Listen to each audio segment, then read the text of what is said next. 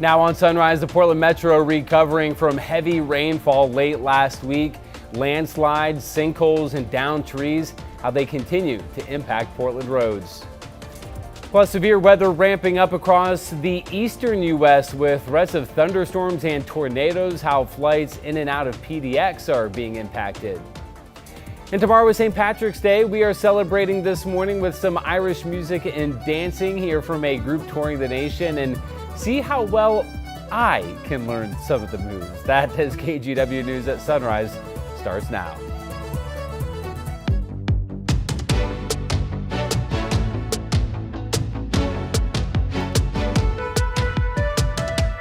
Good morning and thank you for joining us on your Monday. I'm Matthew Herchick. Glad to have you with us. Rod Hill and Chris McGinnis are standing by with a look at the weather and traffic. And I don't know, Rod, the weather this week could get me dancing alone. I was going to say you should be stretching, shouldn't you? Just I will be during the break. Okay, all right. This is going to be the warmest week, to Matthew's point, that we have had so far this year. We potentially hit 60 every day today through Friday, and we think some areas will be nearing 70 this afternoon. Now, we are starting off with cloudiness, but we're dry. Here's our Seaside live camera, 46 degrees. There's downtown Portland looking off to the southeast. Some breaks in the cloud cover and a pretty shot from our Chehalem tasting room camera out in Sherwood, again showing some breaks in the cloud cover. Temperature outside right now is 47 degrees. We expect to see increasing sunshine, mid-50s at noon. This is going to feel really warm. The warmest we have been so far is 62 this year, and I have Portland at 68 degrees at 5 o'clock. Here is Chris McGinnis. Wow. All right, an update on that traffic alert we showed you just a couple of minutes ago. The good news, the earlier crash on the southbound Interstate Bridge has cleared quickly. The bad news is there's always a residual delay, and you can see that lineup is all the way back to SR 500. Here's the live look right now, 2.5 miles from the earlier crash scene, and you can see it is stop and go there. So give yourself a couple of extra minutes out of Clark County at I-5 this morning. That drive has jumped up to 56 minutes at last check. I suspect that'll come down pretty quickly now that we've cleared that out a bit, but obviously still some extra time needed there. And south of West Lynn, something's hanging up the drive between West Lynn and Stafford Road on I-205 southbound. It's busy, traffic's moving, but a little slower than normal at about 22 miles an hour or so from West Lynn to Tualatin. Back to you, Matthew. All right, Chris, thank you. Well, right now, several streets in Portland remain closed this morning after the landslides, trees, and power lines that fell during the heavy rainstorms last week. Devin Haskins is live in Southwest Portland with a look at what's closed and a warning from city officials. Good morning, Devin. Hey, good morning, Matthew. Here on Southwest Fairmont Boulevard, the road is closed leading up here where it meets up with Markham Street or Markham Hill Road, because of a landslide from last week. And we want to show you some other streets that are closed here within the city, but at the same time, show you what that landslide here near the OHSU campus looks like. There are 5 closures related to downed power lines, trees, and landslides. The city says the landslide here on Southwest Fairmont Boulevard near OHSU will require additional work and stabilization and maybe an extended closure. They say they're still in that assessment phase of this landslide. Also, another one in Southwest Portland, a landslide at Southwest 45th Drive between Garden Home and Taylor's Ferry. Crews cleared slide debris, but city officials warned of also another looming hazard above that landslide area. The city says there's a crack in the hillside that moved last week, and with more rain, if more rain comes, then they worry that it could move again. They also have a warning to drivers. It goes with these road closed signs. They want people to make sure that they're aware of them, but also heed them because they serve a purpose and they're keeping crews safe. That if there are any crews up in that area, but also the drivers themselves, making sure that they don't go past those road closed signs because, again, they're up there for a reason. Because whether it's trees down, landslides, water on the roadway, whatever the case may be, they want you not to drive past them. Back to you. Yeah, we'll certainly keep an eye on that, Devin. Thank you very much. Meanwhile, people can now return to an RV park in Columbia County after floodwaters receded yesterday afternoon.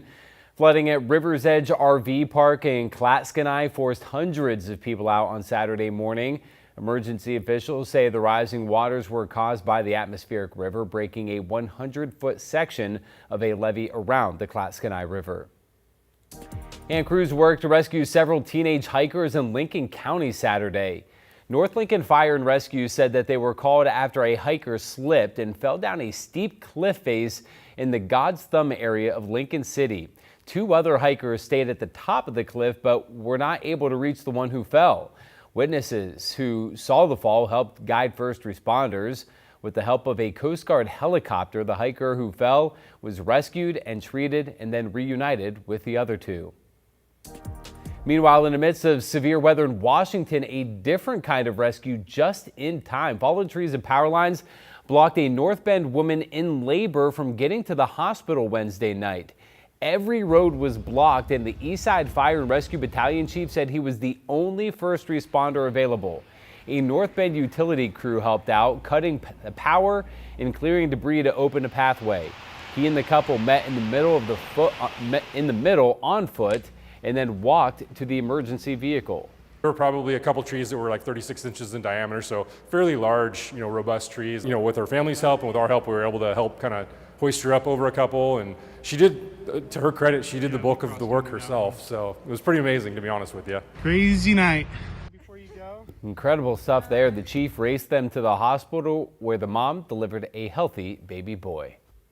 And new this morning, a massive storm system is sweeping across the eastern U.S., bringing damaging winds and heavy snow. CNN's Reed Binion has more. Just trying to keep up with the snow and coming out every couple hours to keep up on it. The Midwest and Great Lakes slammed with heavy snow over the weekend. I couldn't see because my glasses had all filled with ice and snow. More than a foot of snow buried parts of central Wisconsin and southern Minnesota by Sunday morning. We did have probably 3 to 4 snowplows slide off the road.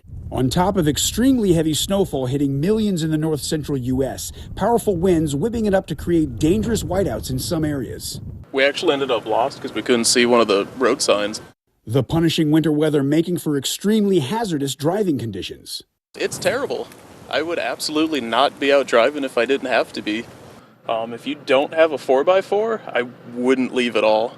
Strong winds creating hazardous road conditions much farther south as well. Video out of Texas showing multiple vehicles wrecked, including a pickup truck crashed under a semi after strong winds whipped up dust, leading to what the National Weather Service warned would be near zero visibility.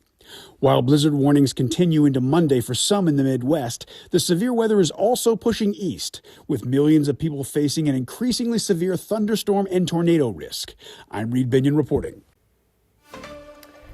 Meanwhile, we're taking a look at Portland's International Airport. FlightAware reports 23 delays and 5 cancellations for it today, so you can check for yourself at flightaware.com, but certainly want to keep an eye on that. And Rod, just kind of for perspective here, so I was talking to somebody back home. It was 77 yesterday in Columbus, Ohio, and it's going to snow tonight. Well, check this. That is wild. Yeah, check this out, Matthew. These are current temps. 65 in D.C., 20 in St. Louis, 8 in Des Moines, 2 in Fargo.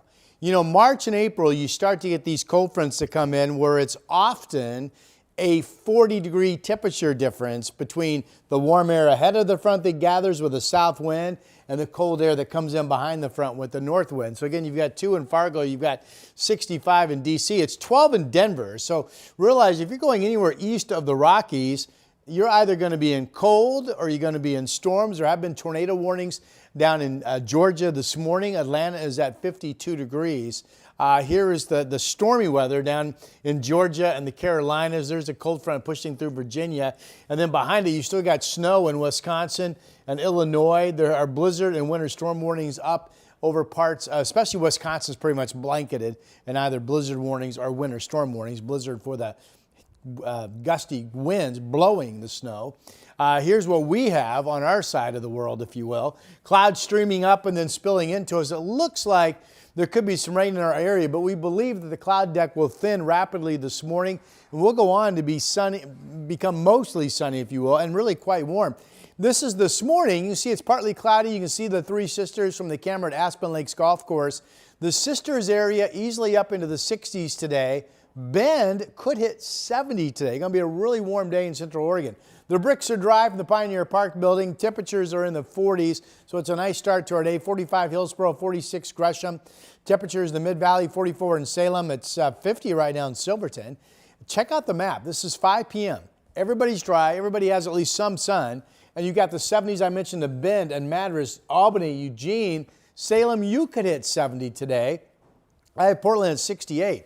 Warmest day of the year so far. Shower chances return for St. Patrick's Day, but it's possible that most, if not all of that rain stays to our north. So really, I think Tuesday is a pretty good day as well. Here's Chris. Okay, Rod, thanks for that. We pick it up with that traffic alert on the southbound Interstate Bridge. The good news, that earlier crash has cleared, right? The bad news is that there's always a residual delay, and you're looking at the lineup where it starts just south of Main Street. Now that near the Discovery Trail crossing, our speed sensors show that southbound commute trickling along at about 4 miles an hour. Now, as we get down towards SR 500, I lost the camera there, but the speeds pick up a little bit. With that being said, your trip in now 40 minutes from Main Street to the Fremont Bridge. So give yourself a few extra minutes there. I lost another camera. Boy, that's a bummer. But this is the other slow spot I wanted to show you. There was something hanging up the drive south of Westland on I-205 not too long ago. It looks like whatever it was is cleared, but you can see the Abernathy Bridge and the headlights there heading southbound. So that's up a few clicks here in the drive time fun meter. About 20 minutes to get you from Clackamas south to Tualatin. Matthew, back to you. All right, Chris, thank you. But the KGW Great Food Drive is going on right now, and our partners are making an effort to reach diverse groups. After the break, how one local center is helping the Indigenous community bridge the past with the present through food.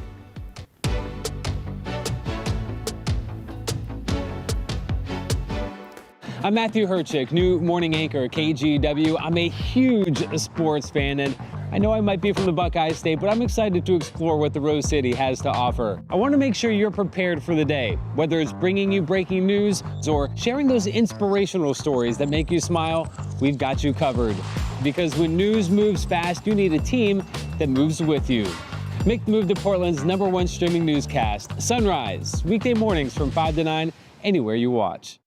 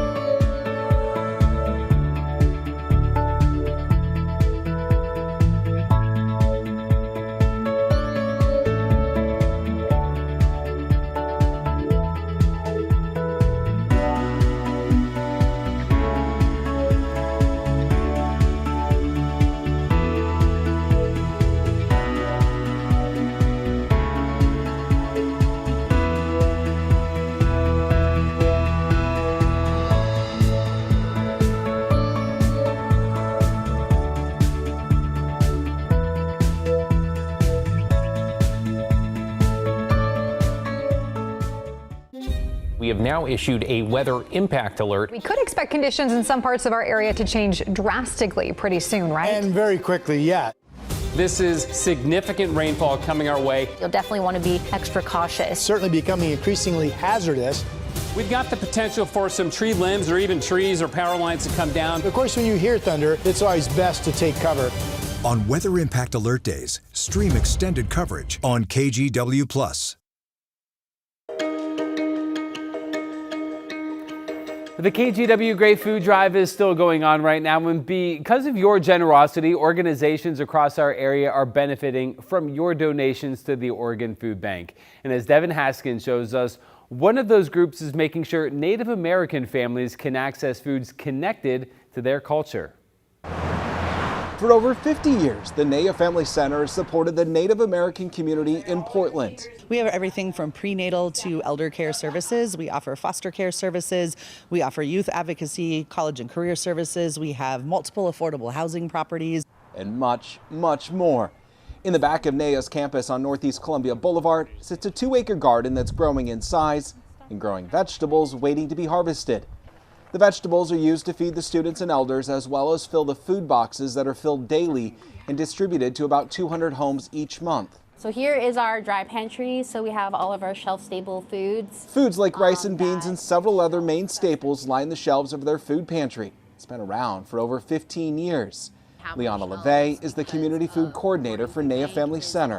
What we are able to consistently have on the shelves because of Oregon Food Bank is like a lot of staples that kind of every household would utilize, some like very good food basics that are very versatile. But there's more to this pantry than rice and beans. We have a variety of different frozen and refrigerated items. Grants from the food bank have helped NAYA purchase local salmon, bison, and elk, also known as first foods.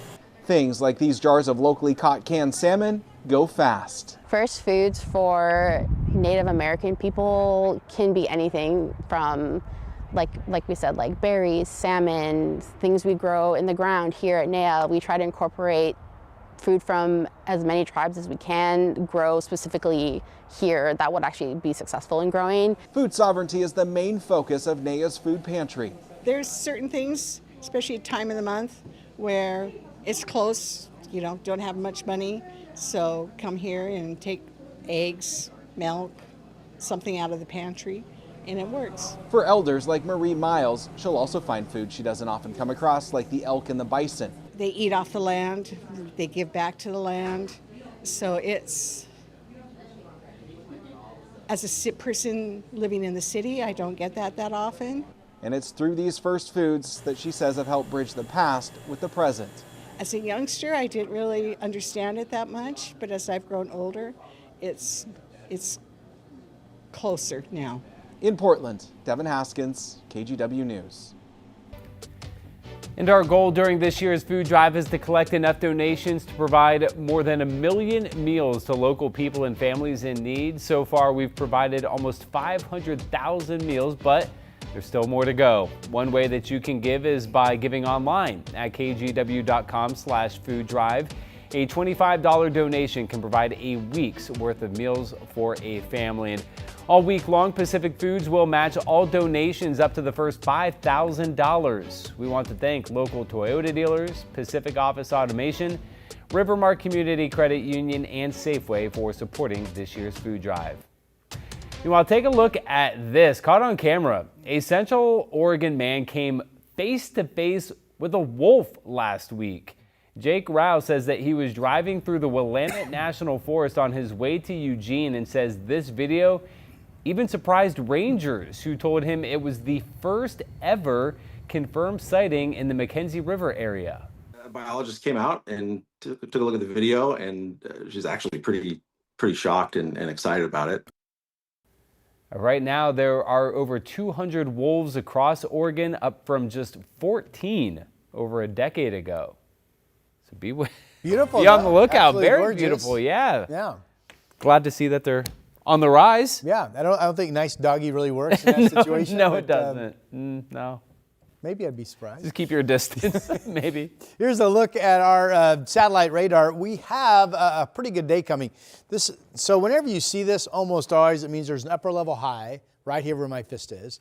And then you've got clouds arcing around the outer periphery of the high, and in this case, spilling in from the west into our area. We believe this cloud flow pushes to the north during the day, and this is very warm air that will be building in. Now, I just checked, because radar is showing rain Astoria all the way down through Tillamook, but the Astoria airport says we don't have rain.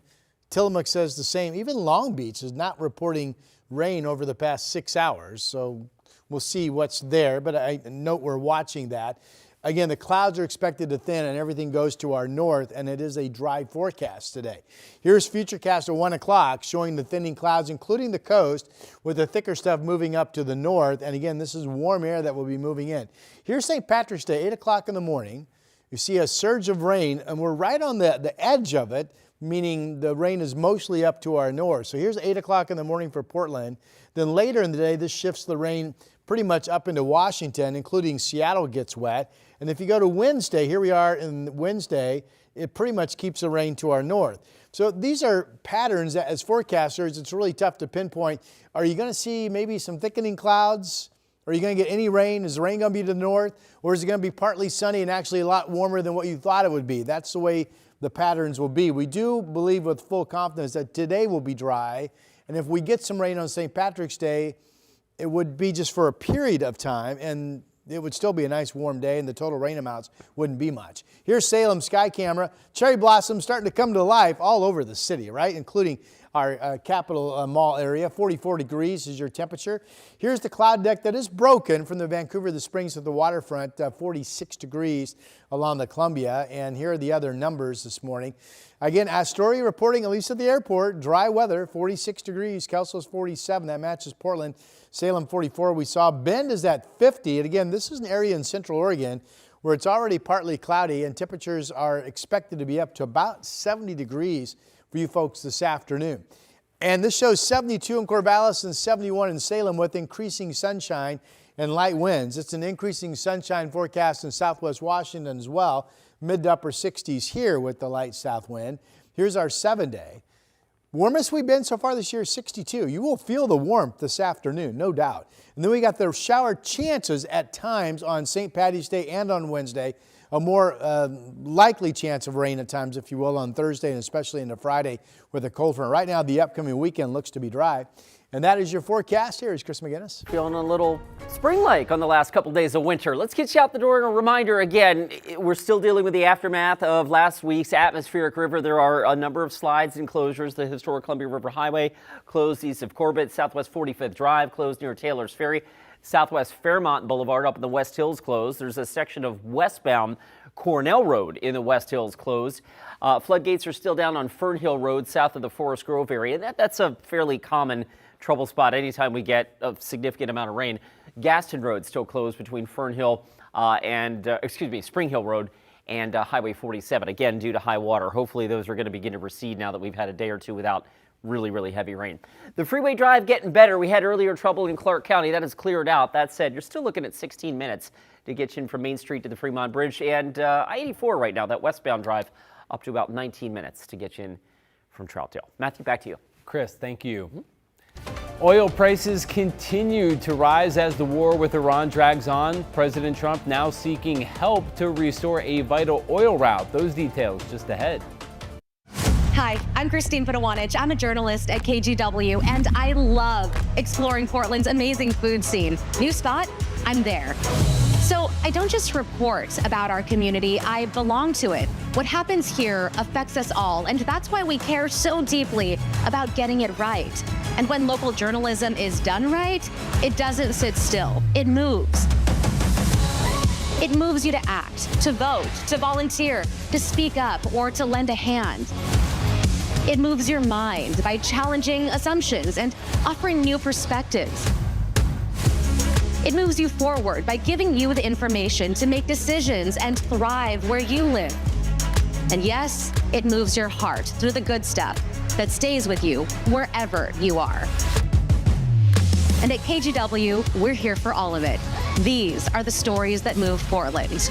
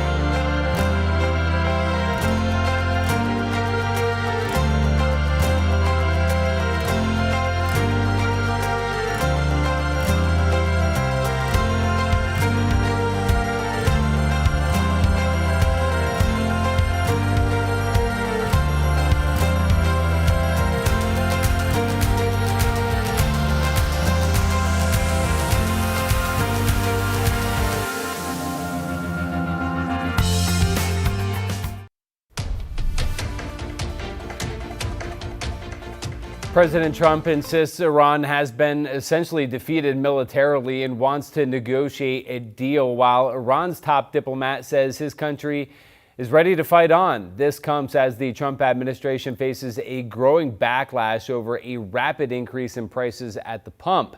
NBC's Alice Barr has the latest from Washington, D.C. As the fighting with Iran now stretches into a third week with other countries roped in, including an Iranian drone strike this morning at Dubai's busy airport pausing flights, disruptions to the global energy supply are only growing. In the U.S., oil prices hovering around $100 a barrel, pushing gas prices up more than 70 cents a gallon since the war began. I think they're quite expensive right now, especially for $4.30. The Trump administration adamant it's short-term pain. The prices are going to come tumbling down as soon as it's over, and it's going to be over pretty quickly. Americans will feel it for a few more weeks, but at the end, we will have removed the greatest risk to global energy supplies. President Trump calling on other countries to help police the Strait of Hormuz to get oil flowing through that critical route, putting pressure on NATO allies and pointing to U.S. help with Ukraine. It'd be interesting to see what country wouldn't help us with a very small endeavor, which is just keeping the strait open. While also insisting Iran wants to negotiate to end the war. But I don't think they're ready to do what they have to do. But I think they will be ready at some point. Iran's foreign minister rejecting that. No, we never asked for a ceasefire, and we have never asked even for negotiation. We are ready to defend ourselves as long as it takes. Democrats arguing the war is not worth the costs. Raising the cost and the difficulty of Americans to be able to afford simple groceries. As they press for a clear exit strategy. In Washington, Alice Barr, NBC News. Meanwhile, Washington state and federal officials are remembering Captain Ariana Savino. She was one of the 6 people killed when an Air Force refueling plane crashed over western Iraq last Thursday.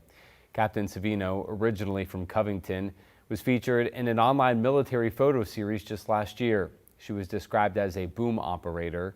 Washington Senator Patty Murray says she's, quote, deeply grateful for her courage and sacrifice in service to our country. We caught on camera a dark SUV speeding through Washington County, and authorities looking for the driver they say is involved in a hit and run. The KGW Plus TV app, streaming 24/7. Local news from the team you trust. Track how the weather will impact your day.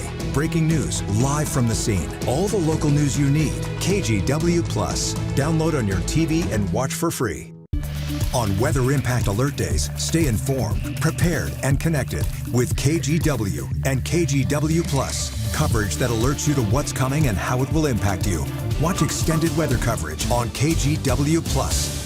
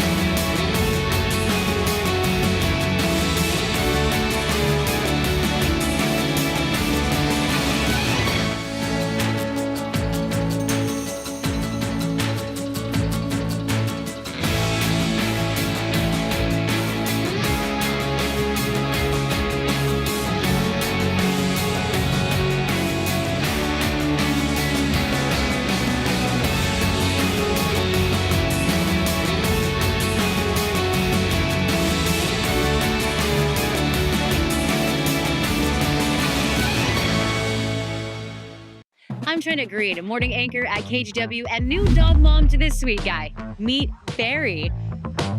I love getting your mornings off to a great start, whether it's sharing stories of resilience and triumph in our community, or following breaking news from Beaverton to Gresham and everywhere in between. We've got you covered, because when news moves fast, you need a team that moves with you. Make the move to KGW Sunrise, weekday mornings from 5 to 9, anywhere you watch.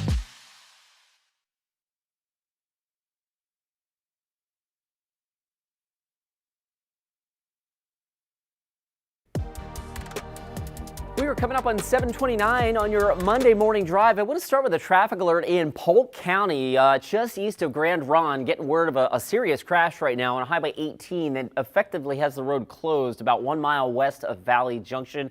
Highway 22 will be your traffic solution around this. We'll keep you posted for sure. The freeway drive out there actually not in too bad a shape this morning. We had some earlier trouble on the interstate bridge that has cleared, but moving along at about 16 minutes on I-5 and 205 to get you out of Clark County down to I-84 in the Fremont Bridge, I should say, and the rest of the drive times don't look so bad. That looks really good behind you, Rod. Yes, Mr. McGinnis is checking out the Salem tasting room camera in Sherwood. Really pretty. There you can see the cloud deck is thin and broken. Our temperature is 47 degrees. This is a day that we expect to see increasing sunshine and warming temperatures. 55 at noon, 68 the high. The warmest we've been so far is 62, so it will feel like spring. Spring, of course, officially beginning on the calendar this coming Friday.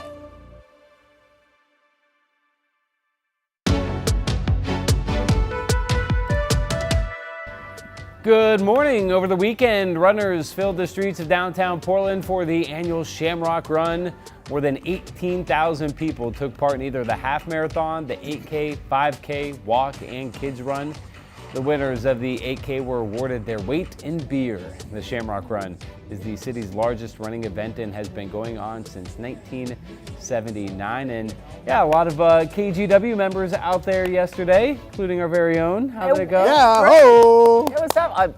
You're here today, so you survived. I should, but kudos to the people out there with that slap my sign and get an extra power boost. I was running down, I was in the 8K, and this child was holding up a sign.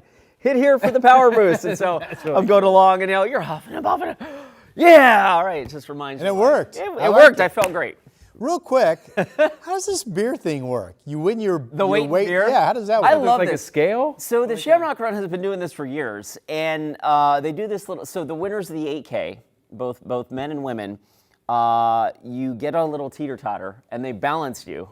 Okay. And they get you balanced with cases of beer until it's exactly right, and that's your prize for winning the. Really? 8K. Seems like a decent prize. Here's the point. It'd get a little embarrassing. It just takes them forever to balance you. Okay, bring something else over. We're out of beer. Would you have actually won, though, I wonder? Is this enough motivation to get you to run next year? That's the question. No, it's the closest. There's a walk involved.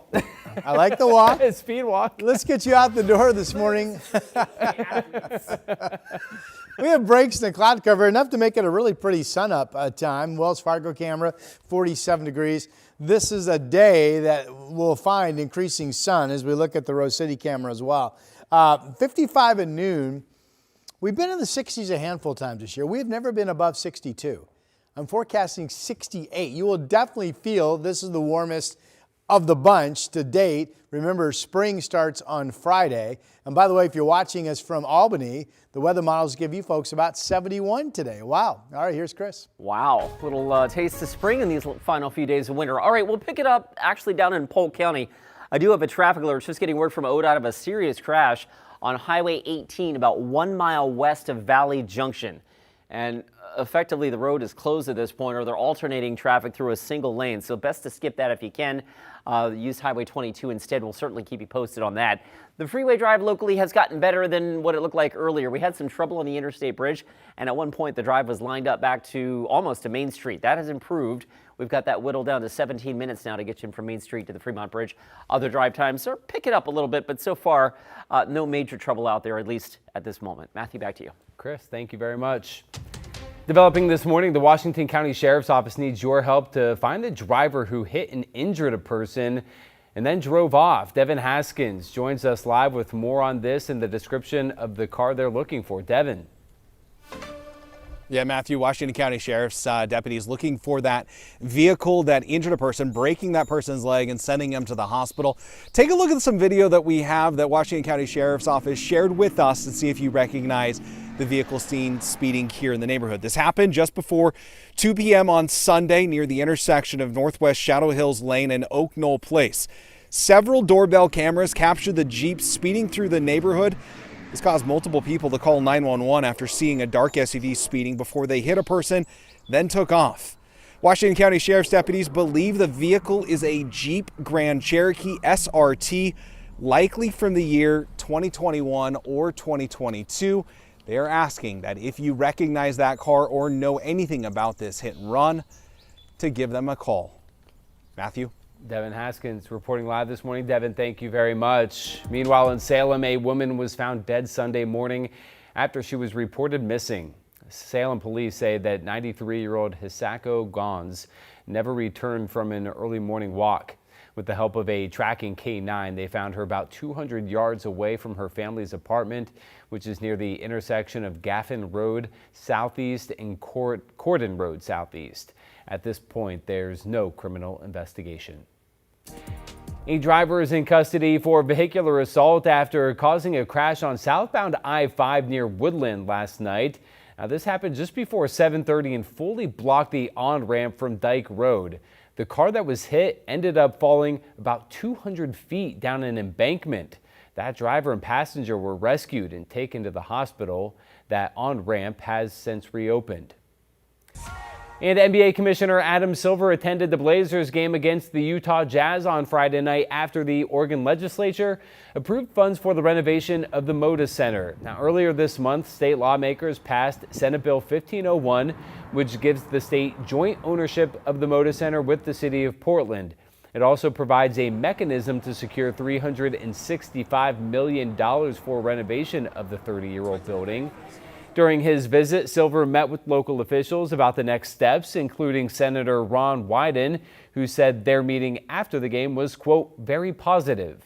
I think he saw our spirit and saw that it's just a tremendous opportunity for the league as well as for us. The Blazers have maintained that the arena needs to be renovated to attract big events like the NBA All-Star Game and future NCAA tournament games. The estimated total cost of the project is $600 million. And speaking of the Moda Center in the NCAA tournament, it is the site for first and second round games of March Madness, which gets underway this week. The first games will be on Thursday, 5th seeded Wisconsin taking on the 12th seed High Point. And then it will be the 4th seed Arkansas taking on 13th seeded Hawaii. And then also on Thursday, Gonzaga back as the 3 seed taking on 14th seeded Kennesaw State. And then BYU, they will take on the winner of the play-in game between Texas and NC State. The Cougars, of course, have A.J. DeBonsa on their team, who is projected to be one of the top picks in the NBA draft. And check this out, some travelers at Portland's airport were thrilled to see Pal's Books back at PDX after it closed during the COVID-19 pandemic. We have like a 4-hour plane ride, so I feel like it's just easy and convenient to come stop by. I know they have a lot of Brandon Sanderson back there, so I potentially might need to get one of those, but it's sweet. The head purchaser of new books tells us this location has some of Pal's most popular titles. Now, this is the first time in 6 years Pal's has had a full bookstore at PDX. The shop is located behind security through the gates to the B and C concourses. Well, it's 7:37, time for a check of the weather. And yeah, I guess if you have a long flight, Rod, got to get a book. Yes, I picked up several books over the years at the old bookstore before they redid everything. Here's our Snookwiz Casino Resort camera in Lincoln City. Cloudy skies, but all being reported as dry, 48 degrees. Thinning cloudiness is the forecast, or increasing sun, however you want to word that. And that also includes you folks at the coast. Now here's a look at the rising sun with partly cloudy skies up at Lewis River Golf Course in Woodland. So this already turning into a beautiful morning. Remember last time I looked at this camera, there was standing water here in front of the tee boxes, but not today. It's going to be a pretty good day out there to play. All right, temperatures outside this morning. 46 in Beaverton, Tiger, 45 in Happy Valley, 44 in Salem. We don't have much of any wind, and we are getting breaks in the cloud cover, so really it's a nice morning. Here's Chipotle, our pet of the day on this Monday. Use that email address, petoftheday@kgw.com. Send us your pet's photo. We'll feature them on our show. That is a great picture of Chipotle this morning. The weather map is something else. It shows 60s. It shows 50s to about 60 at the coast. It shows a few 70s. Everybody's dry. This is 5 p.m. And look at the warmth. John Day 65, 70s in Bend and Madras, Eugene, Albany, Salem. You could hit 70. I have Portland at 68. This shows 67 at 5 p.m. and about as warm up in Southwest Washington as well. So this will turn into a really nice day, becoming mostly sunny. A high of 68. Again, the warmest we've been this year is 62. Big difference. You'll feel it. St. Patty's Day and on Wednesday, these are shower chances that could stay to our north or just clip us at times, but overall both days look to be pretty nice with temperatures expected to hit 60, and that is your forecast. Rod, thanks for that. We pick it up with a big traffic alert in Polk County right now. An update from ODOT. I was just talking about this a minute ago. It appears that Highway 18 now is fully closed west of Valley Junction because of a serious crash here between Valley Junction and Grand Ronde. So getting through western Polk County, you're going to want to take Highway 22 to get around that closure. We'll certainly keep you posted on that. Back to the metro area, something was hanging up the drive on I-205 out of Clark County southbound not too long ago. It looks like that has flushed out, but the drive's still a little extra busy for this hour of a Monday morning commute. Banfield there in the lower right-hand corner starting to tighten up a little bit, as is the 205 drive through West Lynn. Your drive times shake out like this. This is our slowest commute right now. Matthew, we're just shy of 20 minutes to get you in from Main Street to the Fremont Bridge. Back to you. Okay, Chris, thank you. Well, tomorrow is St. Patrick's Day, which means the city of Portland is taking extra steps to make sure that people get home from their festivities safely. Now, to do that, the city is giving out coupons for ride shares and taxis. Last year, they distributed 3,000 coupons and said there were no DUI-related deaths over the holiday. That takes its toll. It takes its toll on the officers, the family, and sometimes these victims who are killed in the crashes are well-loved members of the community. So this is why I really want to send it home. Please don't drink and drive. We don't want any more of these to happen. Now through Tuesday, you can get $10 off your Uber or Lyft and $20 off taxi rides between 6:30 p.m. and 2:30 a.m. All rides must start in Portland city limits to be eligible for the offer. Other affordable options to get home include the Portland streetcar, the Max, and the bus. Celebrating the luck of the Irish, we're getting into the spirit of the St. Patrick's Day holiday with a look at some Irish song and dance coming to Portland later this spring. How you can get a taste of Ireland coming up in 3 minutes.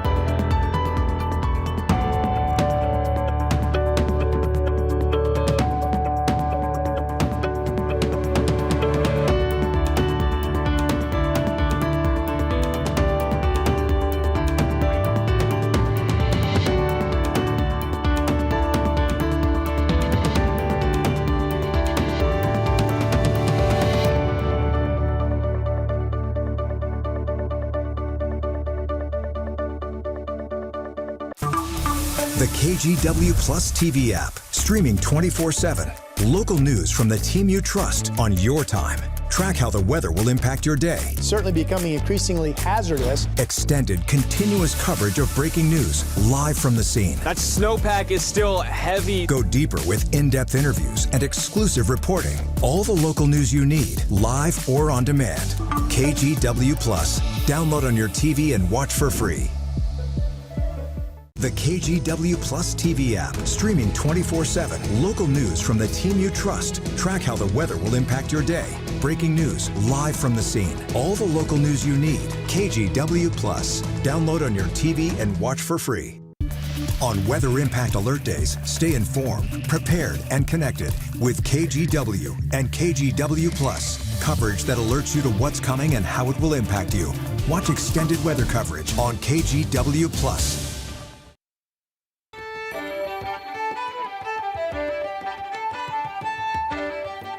All right, well, we're looking ahead to St. Patrick's Day, and what better way to get in the Irish spirit than to enjoy some Irish song and dance. And joining us now in the studio is Brittany Pym from A Taste of Ireland, the Irish music and dance sensation coming to Portland on its U.S. tour in May. So we want to thank you for being here. First off, tell us where you're from.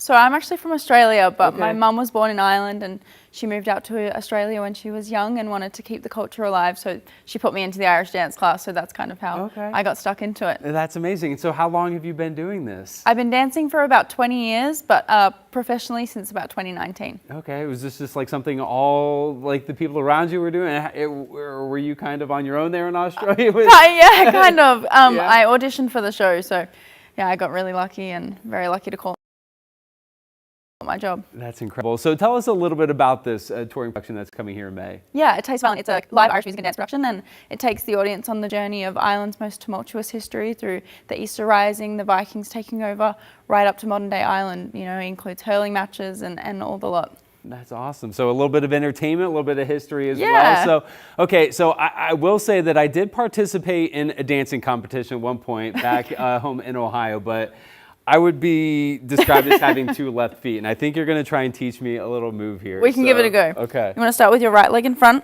My right leg in front. Yep. Okay. And then hop in behind, and then tip 1, tip 2. That was it. That's good. I was like, now I'm cramping up. Okay. All right, that was great. Thank you very much for that. I'll keep working on it off to the side here while you, the professional, show us a little bit of what we'll see at this show, okay?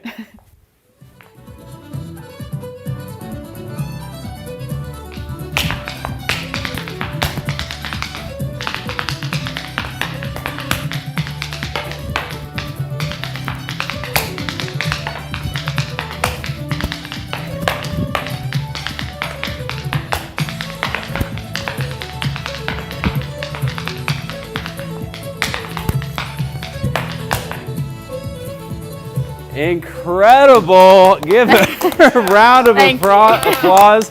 That is amazing. All right, so the Taste of Music Festival, it's happening on Sunday, March 3rd at the Newmark Theater on Southwest Broadway. You can go to, well, I just lost the, what is it? Tasteofirelandshow.com to get tickets. Rod? On the bottom of your shoe, these aren't like tap shoes, are they? It's kind of a mix of a tap shoe and a ballet shoe. So we've got a fiberglass tip, which makes the sound. And then I noticed, was I right, when it seemed like you were kind of clicking your heels together to make sound at times too, right? Yeah, I can do that as well. Oh my God. So like how long does it like take to get this performance down and for you guys to nail everything? Yeah, we spend a lot of time in rehearsals. At the beginning of a tour, we spend about 2 weeks in rehearsals, and those are long days, but once we're on the road, it kind of just falls into place. And how long is the tour? This one's about 3 months. Oh, wow. Okay. All right. One more question. Yeah. How long can you consistently do this before you're like, I'm out of breath? Yeah, I'm a little out of breath now. But usually when there's a group of us, about 2 to 3 minutes. How many dancers are a part of this? We have about 17 dancers. Okay. Wow. Incredible It is stuff. something to see. It's something to listen to and it's something to watch. It's incredible. It is fantastic. Great job. Thank you so much. Rod, I think we're going to take a look at the weather. Should be pretty nice St. Patrick's Day. All right, so Brittany, watch. This will take me a while to get from point A to B. It's nothing like what you were just doing. Hey, last week's rain event, the 3-day atmospheric river that started, remember, early Wednesday morning and wrapped up Friday overnight, did pretty much what the modeling was suggesting. The models were giving Portland about 4 inches. We came in at 393. It was the wettest fetch of the entire winter season, as we thought it would be. And the total for March now stands at 4.69. Typically, the entire month does just shy of 4. So we're doing okay in the rain department. The water year starting October 1, we're actually 29 inches now, even. And that's more than 3.65 above normal. The problem this winter, as you know, has been the high snow levels, and because of that, the hurting snowpack in the Cascades. Timberline picked up 37 inches. We're hoping for about 3 to 4 feet, so that was okay. Lower end of that. But the mounted snowpack, we thought, hey, can we get up to 50%? We started at 37% of normal, Mount Hood site specific. We ended the week at 51% normal. So it was very beneficial. Absolutely. Here's what's on tap. Total rain this week. We're going to be dry today. We've got rain chances starting tomorrow through Friday overnight. The biggest rain, and this was the case last week, the biggest rain will be up in Washington. And then it gets drier and drier again this week as you drop to the south. And notice Eugene, all total this week, 5/100ths of an inch, while Portland could pick up an inch of rain. Astoria about 2.5 and Kelso around 1.57. The pattern is a front offshore that doesn't actually push inland until Friday. So based on that alone, it would make sense that Friday is going to be the best chance to have any widespread soaking rainfall. In the meantime, these clouds are going to thin and push up to the north today. You can see that on Futurecast, and we expect to be dry. Now here's St. Paddy's Day. This shows in the morning a little bit of rain coming inland, but the tendency is going to be that we're right on the edge and the rain will want to be up to our north. So here it is tomorrow morning, and then it lifts up to the north. Here's Wednesday. Now, model to model is different. Some models on any given day, tomorrow, Wednesday, Thursday, bring some rain down over Portland, while other models on any given day keep it up the north. So it's going to be kind of a, touch and go. We'll see what we end up with. But again, the best chance of any widespread soaking rain where we could get over a quarter, maybe 45 100ths of an inch of rainfall for the day would be this coming Friday. Pretty morning out there. We're already seeing sunshine coming through the broken cloud deck. There's the Explorer Tualatin Valley camera out at the Reserve Vineyards and Golf Club in Aloha. And there is the sun bouncing off the downtown cityscape. We are in the 40s, 47 in Portland, 41 in the Dalles, 48 in Bend. 68 in Portland would be by 6 degrees, the warmest of the year so far if we make it. And then we've got the shower chances starting tomorrow, the most likely rain in the Friday. And right now the weekend looks to be dry. 60. You bring some Irish dancing in, and all of a sudden the luck is with us, and we're going to hit 68 today. It's incredible, Chris. Perfect timing for St. Patrick's Day, Rod. Thank you for that. All right, we pick it up with a serious situation in Polk County. A traffic alert right now. Highway 18, we're hearing now from ODOT, has been closed for about an hour, a little over an hour, actually, just west of Valley Junction. And we've just heard that this could be an extended closure. I have no word on any injuries or the extent thereof with the crash. But there is a local detour set up. Maybe best to use Highway 22 to get around that. Again, the closure is just west of Valley Junction. All right, back to the freeway drive locally. 205 South running a little slow coming off the Abernathy Bridge through West Lynn. Your drive to Tualatin from Clackamas is about 17 minutes. A little slow at the Interstate Bridge as always, but not way out of whack here. 20 minutes right now gets you in from Main Street to the Fremont. And over on the west side, it's taking folks about 20 minutes to get in from Hillsboro on the inbound Sunset. Matthew, back to you. Chris, thank you very much. Well, Oregon farmers are stepping up to help end hunger as they donate quality food straight from the farm to people in need. The latest edition of our Fresh from Oregon series just ahead. I'm David Mulco, the evening anchor at KGW. Though when I'm not working, I like to spend as much time as possible out here in nature. So I don't just report about our community, I belong to it. You see, what happens here affects us all. And that's why we care so deeply about getting it right. And when local journalism is done right, it doesn't sit still, it moves. It moves you to act, to vote, to volunteer, to talk about it, to speak up, or to lend a hand. It moves your mind by challenging assumptions and offering new perspectives. It moves you forward by giving you the information to make decisions and thrive where you live. And yes, it moves your heart through the kind of human storytelling that stays with you wherever you are. And at KGW, we're here for all of it. These are the stories that move Portland.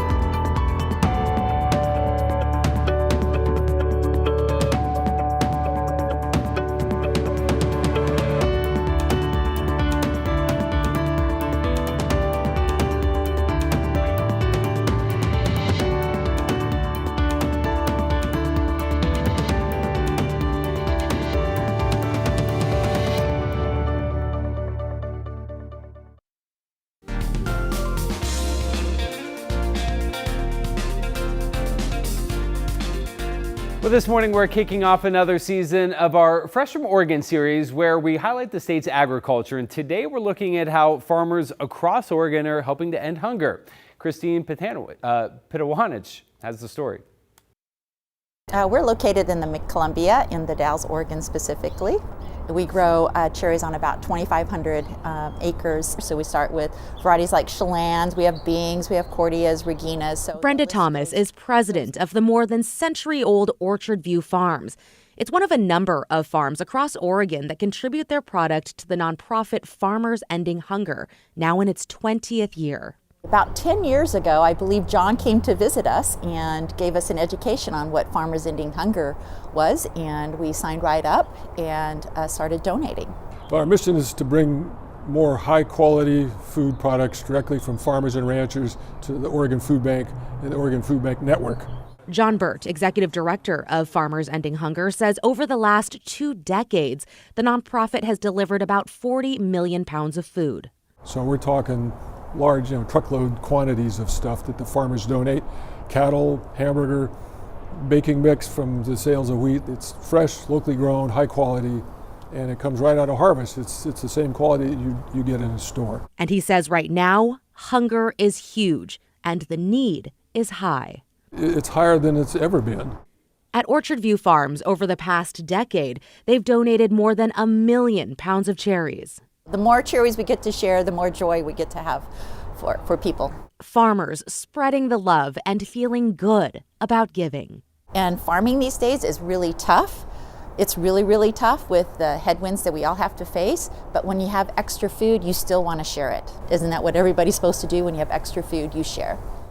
Love that sentiment. Now, if you'd like to help, John Burt says there are a couple ways. First, if you happen to have extra fruit or vegetables that you've grown at home and you don't want to waste them, maybe find a pantry that might need the produce. Another way, donate to Farmers Ending Hunger. There are costs associated with transportation and packaging. You can find them on Facebook and Instagram. Christine Pitawanich, KGW News.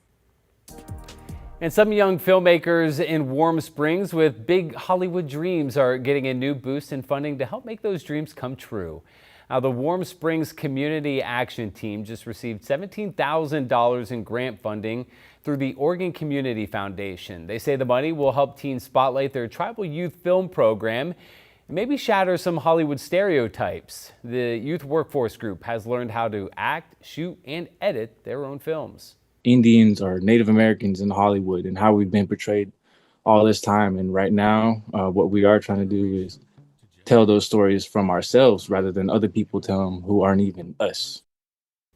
Over the weekend, the group was in the Portland area making a documentary about the boys basketball team that's competing at state. They hope to release the documentary later this year. Well, coming up, KGW Sunrise continues live on KGW Plus with a preview of whale watching week along the Oregon coast, when the festivities start and just how many whales are expected to swim through our waters. That's ahead at 8:15. I'm Matthew Herchick, new morning anchor.